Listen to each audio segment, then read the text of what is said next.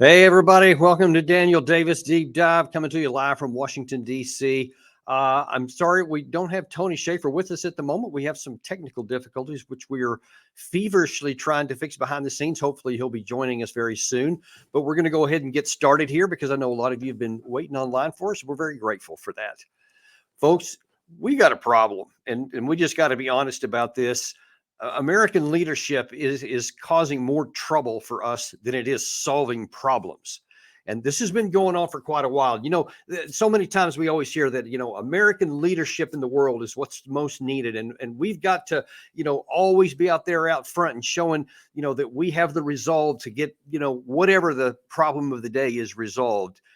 And yet, when you look at the actual production, the things that are actually done, the accomplishments, the results of these so-called actions of leadership are having an unambiguous negative impact on our country, our well-being, our economic potential, and our national security, most of all. And these things are all intricately interwoven, and they have to be done well. You have to have good strategic thoughts. You have to have wise, intelligent leadership. You have to be able to understand the world as it is. You have to have a vision for where you want to go. You have to say, all right, here are the fundamentals that are involved. Here are, the human elements. Here are the physical things, the production capacity, the ability of this player or that player, and our ability to counter. You put all that together and you say, all right, what's possible? What outcome would help America the most? And if we accomplished this, or if we prevented that, we would be benefit. And then what is the realistic possibility of that? And what you should always try to do is push the envelope a little bit. If it's hard to do this part here, but it would be beneficial, then let's try to go just a little bit beyond that. But let's, there's no guarantees that you're going to succeed in all these things, but you want to have a plan that combines the most realistic probabilities based on fundamentals, based on existing realities, and trying to get the best outcome for your side. If you don't succeed all the time, that's human nature, because, there's other players. It's a dynamic situation. Other people are involved. They've got their own interest. So, you're never going to get things completely the way you want. It's always, going to be a messy thing when human affairs or human people get involved. That's all true. That's all understandable. Nobody expects American leaders, military, political, to get everything right, to be perfect. We would like it to be the case, but we understand it's not. That's not a problem if you're not perfect. What is a problem, however, is if you take things that exist and you say, well, this is what I would like to have happen, and then you actually pursue that, even though the fundamentals don't support it. It's one thing to try to push the envelope a little bit to get something for your outcome, your benefit, and something different to say, hey, we're going to try and basically defy gravity to get something that we want just because we want it, even though the situation there doesn't support that. That is where we are today. Now, I'm going to start off, and we're going to talk about the issues at hand today, especially the Russia-Ukraine war, the Israeli-Hamas war, and our involvement in that, how it works out, and why there's trouble. But to kind of get a running start, we'll go back to 2021, to the withdrawal from Afghanistan. Now, I could go a lot further back because, unfortunately, this is not a new phenomenon. If you've been watching our show for any amount of time or reading the things I've been writing for the last couple of decades, you'll see that there has been a lot of problems. And it doesn't matter R or D. A lot of these problems keep coming in, and our leadership keeps making big mistakes here. And so we don't have the hours it would take to go all the way back. But let's start in August of 2021, when the Biden administration withdrew the U.S. forces from Afghanistan. Now, I'm not one of those that says, oh, it was a disaster and we should never have done it, and it was done terrible and all this, because it was the right thing to do to withdraw from Afghanistan. I was arguing as far back as 2009 that if we didn't make some significant changes, that we were going to lose that war. And all the years after that, all the way up until then, I continued to argue this all throughout the Trump administration that the United States needed to withdraw from Afghanistan, because that's what would be the most beneficial to our country. It was a losing proposition. The fundamentals clearly said we're not going to win this war, so we need to do something to change it, and we need to withdraw from it to cut off the bleeding wounds and move on to something else. Trump for all of the things that he may not have done well, he did say, we're going to get out of this war. We're going to leave during his administration in May of 2021. When Biden came in there, instead of sticking with the plan, instead of operating that, he delayed his decisions, basically kind of ignored it until almost May, and then decided that he was going to get out in August of that year. And it turned out to be a complete disaster. And the way that it was done was so avoidable. There's a bunch of things that could have been done differently, but we didn't. And instead, we had the disaster that we've all seen, with the jets running down the runway, with people trying to fall off of it. The fact that the Taliban rolled in before we could even get out. I mean, it was about as disastrous as it could be. And a lot of that was avoidable. It could have been done in order, on time, and we would have left even a functioning government and military that would have at least had a shot at continuing to be a viable government. But instead, all that was disaster. Now then, we fast forward to today. And let me pause here for a minute. Gary, do we have Tony? Do I see? He's not there. Okay. Well, all right. We're continuing to work on that, and we'll come back when we get a shot. But let's go into where we are today, because now then I want to show you what we're doing right now should be a red flag to us, and something that we're going to have to fix, and we're going to have to look into what's going to take care of it. Now, first of all, we want to look at what White House spokesman John Kirby said recently regarding our involvement with the Russia-Ukraine war. We all want to see this war end, but it's got to end on terms that President Zelensky and the Ukrainian people can accept. We want to help them succeed on the battlefield, so that if and when President Zelensky, and only President Zelensky, can determine when it's time to sit down with President Putin. Okay. We have our interest in the war between Russia and Ukraine. And as you know, my position has been that this is an unwinnable war. The fundamentals are clearly conveying that this can't be won by Ukraine. And for us to continue to ignore that is just not wise course of action, because you're trying to attain the unattainable. It's not going to work. But then you see that even the White House and its messaging, Kirby just says, only President Zelensky is going to call this, as though we're just kind of an innocent bystander. We are providing a tremendous amount, the lion's share amount of all the things that Ukraine has used in its war. And to now then say that we're just going to sit on the sidelines and let Zelensky call the shots is not leadership, because we're letting the guy who's on the ground, who can't make a decision that is not in his national interest. He's the one that's been invaded. So we can't expect him to look at the situation and say, well, we don't have the capacity to continue to fight here, so let me make a negotiated settlement. That's what, if you're talking about leadership, that's what we're for. We're the ones that need to say, hey, we're for you. We're on your side. We want you to remain a free and viable political entity, and to keep your country as much as you can free into the future. But you're not going to win this war. So instead of continuing to shovel in money and weapons and ammunition into a losing cause, let's go in a different direction. Let's seek a negotiated settlement. Let's seek an armistice. Let's try to bring this to a halt. Let's go to a ceasefire, something to save his people and to do something that has a chance. That would be leadership. But instead, we just keep saying, hey, whatever you want, and then you get to call the shots. Now we're in a situation, and again, you talk about the undermining of American leadership. You have the situation now to where we keep saying, the White House keeps saying, yes, we're going to help you, but now the Congress isn't playing along, because the Congress isn't following his lead, and of course, people around the country are not either. Now, I think we may have Tony Shaffer on the line. Do I see that correct, Gary? We do. There, we finally got it solved. Finally. Good to see you.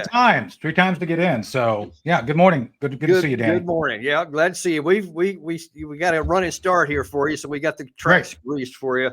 Sure. But want to bring you in, because I know this is an issue that you track a lot of times, is the diminishing influence and ability to lead of America's senior leaders, and this goes back a long way. But we're specifically talking right now about the loss of influence even that the White House has right now. And right at this point, we're talking about the Russia-Ukraine war. So Biden has been going in directions that are just not sustainable, that not providing much leadership. But now then, even at home, He can't convince the Congress to give this money. He brought Zelensky in to try to close the deal. That didn't work. Now then, they're losing on the battlefield. Ukraine is. They're not getting any money, and I don't know that that money is going to come out here. But the bigger issue is we don't seem to have a vision for what we even want to accomplish. Right. So let's start with the vision first. So back when the Trump administration rolled into town back in 2016, a small group called Team B was advising the chairman of the Joint Chiefs, Joe Dunford. That team included, amongst others, Ambassador Hank Cooper, who ran as the Strategic Defense Initiative under President Reagan, Bud McFarlane, National Security Advisor to President Reagan, Lieutenant General Dick Newton, former Assistant Chief of Staff of the Air Force, Mike Flynn for part of it. Mike was off the team once he became part of the Trump campaign, and Jim Woolsey, my friend Jim, former Director of CIA. And one of our core recommendations, and Navy Captain Pete O'Brien was our recorder, and God bless you, Pete. Pete's out there, probably going to hear this.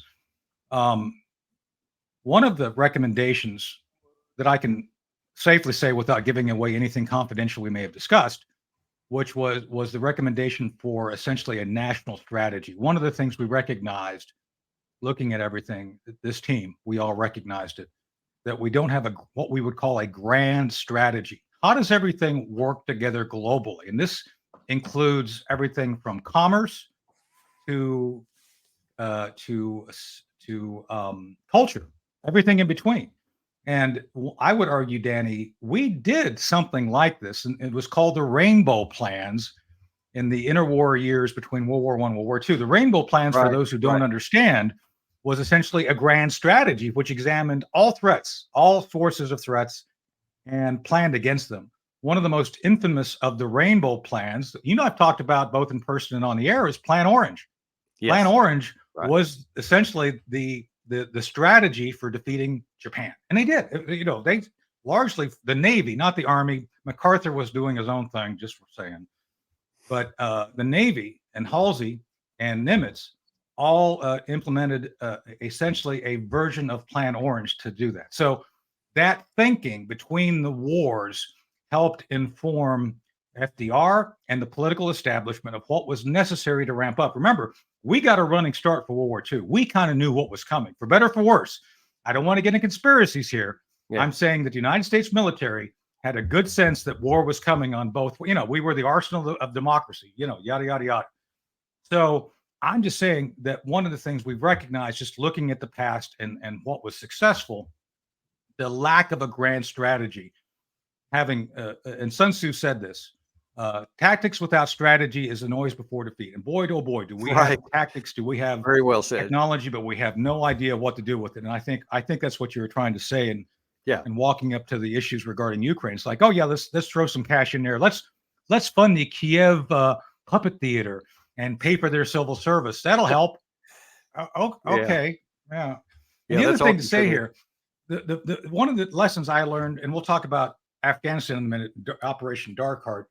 Last chapter was the path to victory. They didn't take that path, Danny, just saying. So regarding this, when DOD went after the book to show me, we're going to show you, by gosh, how much we hate you, it had the opposite effect. It made it into a bestseller that everybody wanted to see. That's what they did with Russia. We're going to get you, Putin. Oh, we're going to be really mean. And when they did that, it's like, okay, you're just going to basically increase the price of oil, which benefits them, which they did. He's going to look for other markets because we're going to cut off. Germany can't have your gas. Yeah. Okay, China wants it. Okay, there he's benefiting another enemy, China. So I'm just saying, Danny, if you just look at the basic block and tackling or lack thereof of this administration, everything they do has the opposite effect of what they say they're trying to achieve. If they're actually trying to achieve anything, and it's unclear what that is, other than harming Russia, which I don't even know what that means either. Next thing we want to look at, Tony, here is the leadership from the top here, and there's a couple of things I want to point out here. I'm going to show you a couple of clips of Biden, and then one result of it, and we'll get you on the other side of that. First of all, let's take a look at Biden in a recent press conference.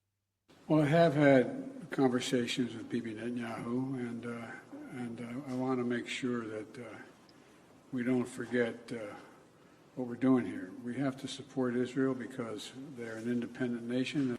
With regard to the flooding of the tunnels, there is assertions being made that there's quite sure there are no hostages in any of these tunnels, but I don't know that for a fact. I do know that, though, every civilian death is an absolute tragedy, and Israel stated its intent, as I said, to match its words with its intent with actions. That's what I was talking about today.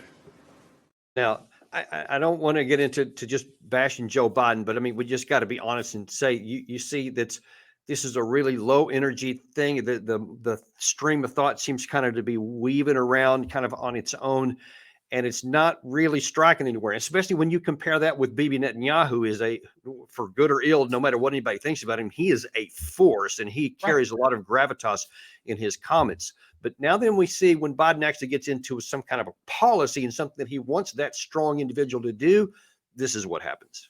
I made it clear to the Israelis that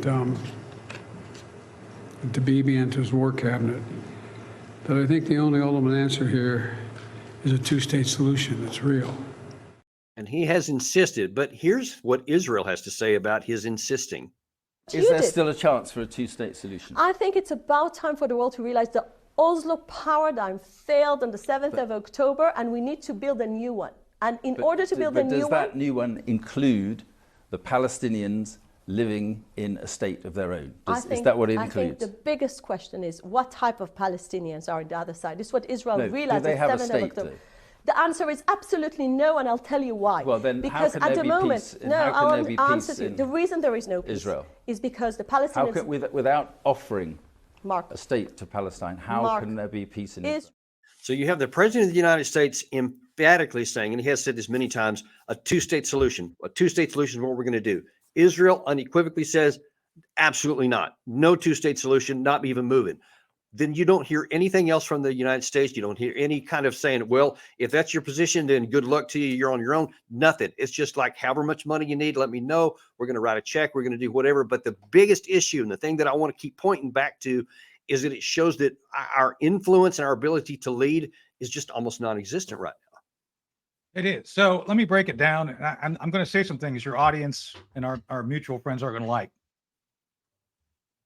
Oslo II failed. She basically said that. Oslo II was the opportunity for the Palestinians to have a two-state solution. It was signed on the White House lawn with, I believe, President Clinton and the Israelis and PLO. I think Yasser Arafat was there, for goodness sake.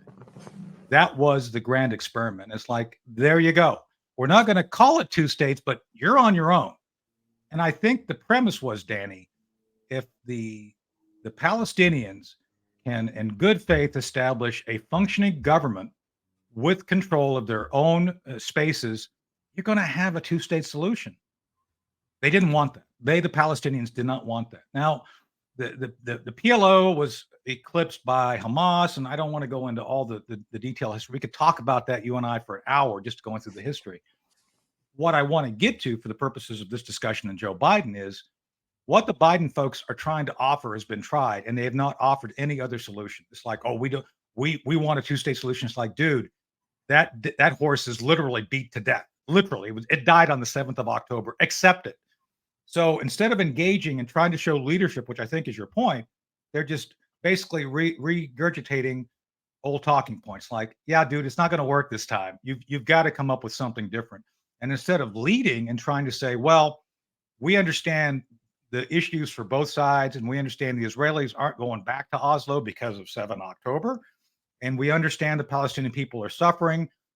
We need to figure out a new path. Instead of showing leadership, it's like, yeah, we want to go back and like a dog going to lick up its vomit.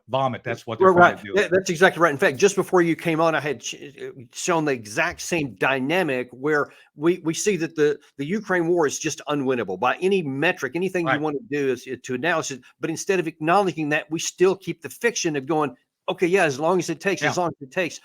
And so we're not willing to recognize the reality, and we're trying to attain the unattainable, and it's failing. And that's the point. It's like so many politicians, and I work with a lot of members of the media that you and I both know. One of the common threads and themes that my colleagues in the media, and technically, I guess I'm a media guy too now. I don't believe I'm one, but I technically may be one. Yeah, I think you are. Is that we all recognize that there needs to be a clear separation from political aspiration to ground truth. Now, the ground truth is exactly what you and I just said. Oslo II is dead. I don't care how you feel about Palestine and Israel. It's dead. It's not going to happen. So you got to take that and accept it as a premise going into whatever you do. Ukraine, the same thing. For God's sake, right now, Danny, the Duma, the Russian Duma is talking about terms of surrender. What will they be willing to accept regarding terms of surrender by Ukraine? And the West is all pretending, oh, everything's fine. We're just going to continue to throw money at it. This is insane. And the fact is, regarding leadership, and I'm not pro-Putin, but I'm going to get in trouble for this. Putin just did a 4-hour annual talk to his people to include taking, I think, an hour and a half, 2 hours of questions from the media. Yeah. So what are we to make of this? What is the truth? Is it in our interest as the American public to pretend that the Russians aren't winning, that Putin's now measuring the drapes in Odessa, like, hey, I'm going to have an office there, and I want these to be, a combination of kind of a chartreuse with a little bit of black. I mean, that's where the Russians are going. And by the way, they're backed up by the momentum of their countering the Ukrainian offensive. That's the ground truth. So the fact is that the American media and British media ignores what we're talking about, ignores what's being said in Russia, ignores the fact that Putin has prevailed and is getting ready to implement whatever offensive he cares to implement, is a complete departure from the aspirational thinking and propaganda of the Western media informed by the political leadership. It's insane. It's literally, there's no circling that square. There's just not yet. We're going to. Now, we saw what happened when we were unwilling to acknowledge reality for 20 years in Afghanistan. Yeah. And then when reality finally imposed itself on us and no more spin would work, we saw how disastrous that was. But this situation, you get this one wrong. I mean, imagine, how are we going to square this one? You talk about a round peg in a square hole. How are we going to square this one if no matter what we've been saying and all the things we've been trying to accomplish, all of a sudden Putin actually does make it in there and the Ukrainian military does collapse? What are we going to say then? How are we going to spin that one? Well, I don't think we can. I mean, this is where you point out rightly that you were a whistleblower, and God bless you. And I always bring this up, and I think we need to do a separate show just on whistleblowers at some point. And they basically kept telling people, I knew it was true. That's why I had no problem supporting you, not knowing you. It's like, no, I'm sure Danny's telling the truth. I know what's going on. The complete another departure from a factual context of reality by the politicians and American media will result in catastrophic events and failure, period. It doesn't matter where you are, if you're left or right, if you support the D's on Capitol Hill or the R's, it doesn't matter. Facts could care less about your feelings. They just don't care. I love that. So the facts are going to jump up and bite both parties in their proverbial ass. And I'm not talking about the ass shown in the Senate chambers, just saying, I don't want to go down that path. So, the D's do put the D in democracy, don't they? Just saying. Not that I want to go down and talk about that in a great degree. I'm glad you don't. But I'm just saying that they're going to get bit in the ass, both sides, because everybody continues to facilitate this idea that Zelensky's actually winning the war, and just a little more money is going to result in some positive outcome. It's not. And it's just time that people recognize that. But now let's shift gears a little bit, Tony, because there's another issue that I think we're on the front side of finding some problems with, and I want to see how you think this is going to play out. But let me show you a little bit about what Secretary of Defense Austin is talking about, a growing problem in the Red Sea. Yeah. Regarding the Houthis, these attacks are reckless, dangerous, and they violate international law. And so we're taking action to build an international coalition to address this threat. And I would remind you that this is not just a U.S. issue. This is an international problem, and it deserves an international response. We're going to make sure that we're doing everything that we can to ensure freedom of navigation in the area.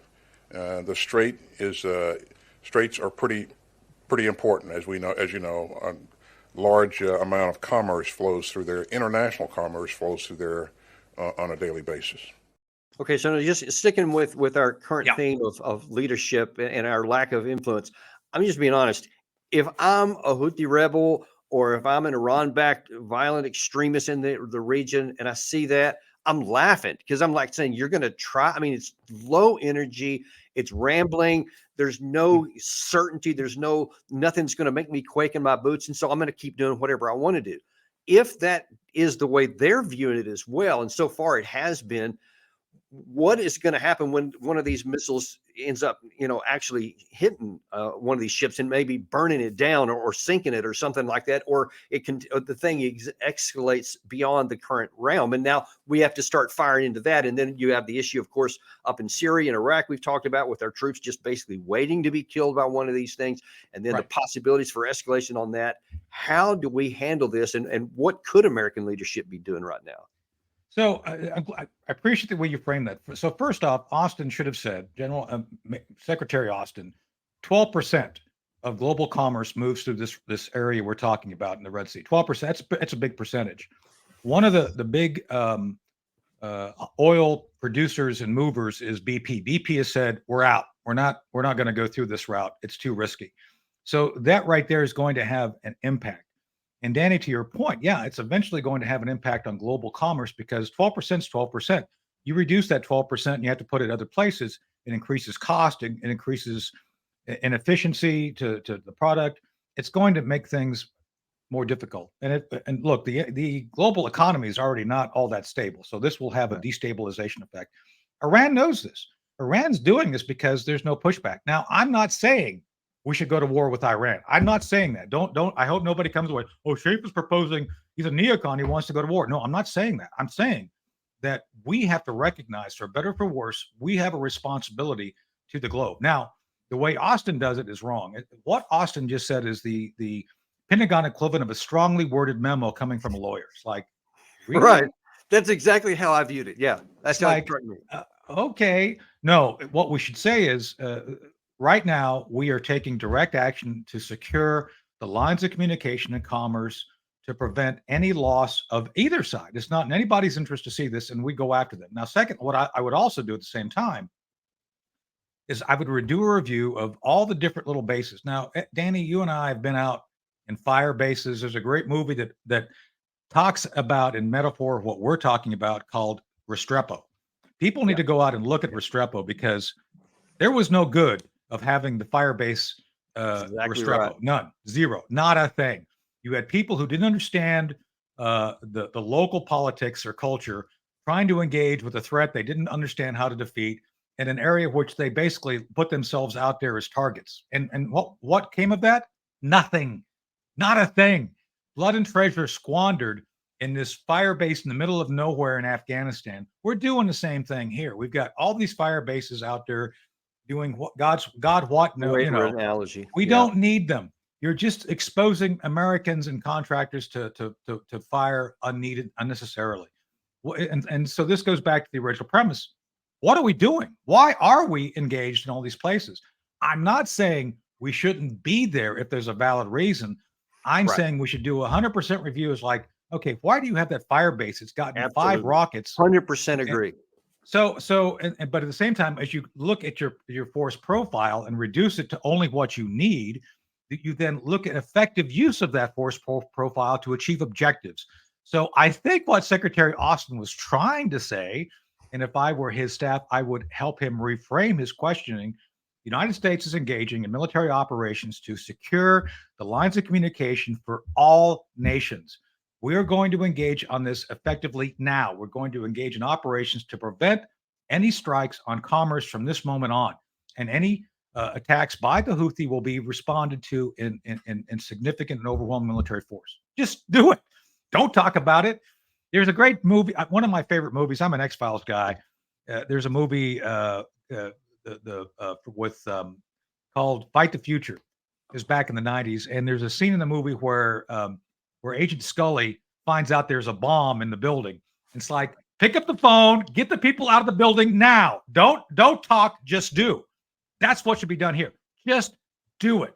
Knock them out. And Tony, back to those bases in Iraq and Syria, I've given the situation here. Now, I would like to have said, I was arguing on Fox in 2018 that we need to get rid of and withdraw those troops from Syria because they do nothing for us. And every year I've been beating my head against that wall, and they didn't do it. Okay, we have what we have. Whether we should or shouldn't have is no longer debatable. We have them there. So the question is what to do now. Now, I'm a bit torn because these so-called messages that the White House keeps saying we're sending with these strikes into Syria because of the strikes that have happened against our troops since October 17th. Yeah. To send a strong message, but they just laugh at us because they're little pinpricks here. So I'm torn between, on the one hand, I want to get the troops out of there, but on the second hand, if you're going to do something, I mean, if someone is shooting at American troops, I'm 100% for killing those guys. Point blank, no questions asked. As long as they're there, we got to protect them. Right. But these the little shots here, I think, are meaningless. I think they should go in overwhelmingly out of proportion for what has happened, or get them out, and maybe some combination of both. But I don't want to escalate either. But at some point, these little pinpricks are meaningless, if not negative, counterproductive. We've had effective military leadership who understood how to win within the context of what they were given to do. So one of those guys is Joe Dunford. General Dunford, when he was chairman, led the by, with, and through strategy, which actually leveraged, Danny, mostly our allies and their troops. We basically were able to take back and get rid of ISIS in Iraq by eliminating, the forces, the ISIS forces, by using Iraq forces. It was brilliant. It kept us mostly out of the way. Did a series called Chain of Command. It's available. You guys can check it out. It actually goes through and talks about the methodology used effectively. And God bless Joe Dunford, fighting Joe Dunford. He recognized the need to leverage resources rather than use American forces as a lead. It worked. Another guy that I admire, and you probably, I don't know if you met him, is Stormin' Norman, General Schwarzkopf. Schwarzkopf. I've never met him though. Oh, he was the graduation speaker at my class at the farm when we graduated from spy school. Yeah. So General Schwarzkopf defeated Iraq not only with military force, but through a series of really clever deception campaigns at the tactical, operational, and strategic level. Some of those are still classified, and they were utterly brilliant. I mean, I was just coming up and getting into the black operations world, and some of the guys who ran those were my instructors. And the sheer brilliance is like, oh my God, that's brilliant. And so we need to have a combination of sheer brilliance who understand the levers and mechanisms of strategic deception and how to buffalo an enemy, as well as having available and ready to use. If you need it, don't use it. Don't lead with it. Overwhelming military force. The idea of a blended option that the Pentagon can present to leaders is the best. It's always best. And the idea here often is Lindsey Graham, well, let's just go bomb them. I don't think that's the solution. And ultimately, bombing that's not without a strategy either. That's just and so, but that's the typical politician. Well, we just want to go bomb them. It's like, oh, it's not really the answer. But my point being, it's a long way of getting to answer your question. Yeah, there needs to be a reduction in our force structure regarding footprint. Why are we there? What are we doing? I was told by a very senior Pentagon leader that once we were in Syria, the Pentagon started looking for things to do. That's horrific. Absolutely. What? Yeah. Looking for jobs. Yeah. Something to validate what they were there for. So they got to do something. But so let me ask you this. Let me shift gears a little bit looking forward now. You were talking about Joe Dunford and Stormin' Norman. They're gone. They're out of the picture now. Do you see anybody on the even maybe in second and third levels down that could potentially provide that? And what can we do to reverse this situation? That's the real issue here. Is I just showed several clips of some of our senior leaders right now, and they seem to just be drifting left and right, trying to figure things out, but no strategic idea. How can we change that so we can get those kinds of leaders back in there again? Or do we just have to wait until this thing burns down and burns those guys down with them, and then we raise up new people? I hate to suggest it, but that's historically often how it does happen. So I'll do a quote. One of my dear friends who died a few years ago was Jerry Doyle. Jerry Doyle played a character called Garibaldi on the series Babylon 5. And there was a Vorlon ambassador Ambassador Koch, who was asked a very similar question by the main character played by Bruce Boxleitner. And the question was, is there anything we can do to stop the coming war, the coming collapse? And the answer was, the avalanche has started and it's too late for the pebbles to vote. So I think it's too late. I do. And I hate to see, but I think the leadership at DOD is so completely focused on skin color, who you sleep with. If you have a mental condition called transgenderism that you suffer from, they're going to give you all the drugs and care you need to continue to promote your mental condition. They're all focused on social issues. They've turned DOD, Danny, into what we used to call a social petri dish. It's not. Yeah. It's not a force that's designed to kill people and break things, and that's ultimately what it's supposed to do. Should it hold terrain and do some things to fix things? Yeah, I'm a civil affairs guy. I did my advanced course was civil affairs operations, and I got the T-shirt from Fort Bragg to show it. And it's a great field, and it's something that was very important to settle the war after. For example, civil affairs was hugely important after World War II.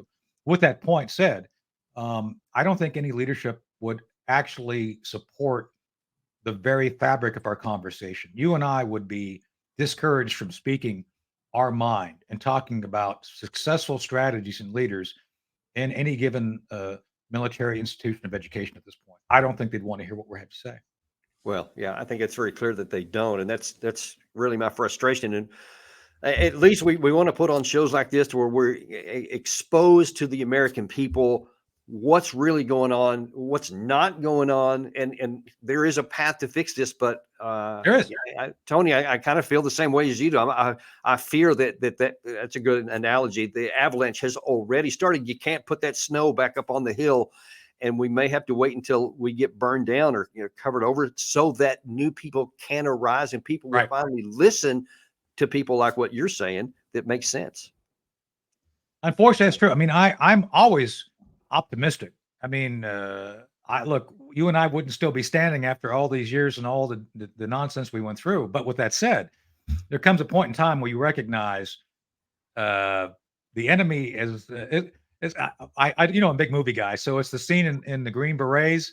It's like, the VC's in the wire, so I'm not sure if we can defend this fire base much longer. So, yeah, and the back to at least there is some optimism here, and I bet you can echo the same thing. I've been around enough to know that there are some great Americans out there. There are some people who have some tremendous, brilliant thinking, great leadership capacity. But I think that the culture that we have created over the last couple of decades, it keeps them out of positions of power. When they start getting up too high, they get knocked down. But they're still there. So if we have an avalanche that knocks a bunch of stuff over, something gets burned down, we do have the capacity to rise up. I just wish there was some way we could do it without having to suffer loss first. I do too, Danny. I just don't think it's in the cards. I really wish people would wake up. And again, this is not left or right. I have equal disdain for some of the folks on the Republican side because of their boneheaded, like, really? You propose that? And you and I, you've been in meetings with me. I get in trouble for speaking my mind at times with people who are politically minded. So I just don't care. It's like, I'm not here to be pleasant. Sorry. I'll be as pleasant as I can be. But my job is to deliver my assessment based on the facts, not aspirations. And that's the issue here. We have too many folks who have aspirations which do not reconcile themselves with the political reality we face. So that's exactly right. And that's the whole point here. And I think we'll leave it there for now because, man, we could just keep going on this for a long time. And already look forward to having you back on the next show because there's a lot more we got to unpack here. Keep joining Tony over at the Hard Truth podcast where you can get even more great stuff like he's been talking about here. And we will look forward to seeing you back the next time. Be sure to like and subscribe and share to others so that they get to enjoy this same level of information and entertainment, especially when we have Tony on like you've seen here. And we will see you on the next episode of Daniel Davis Deep Dive.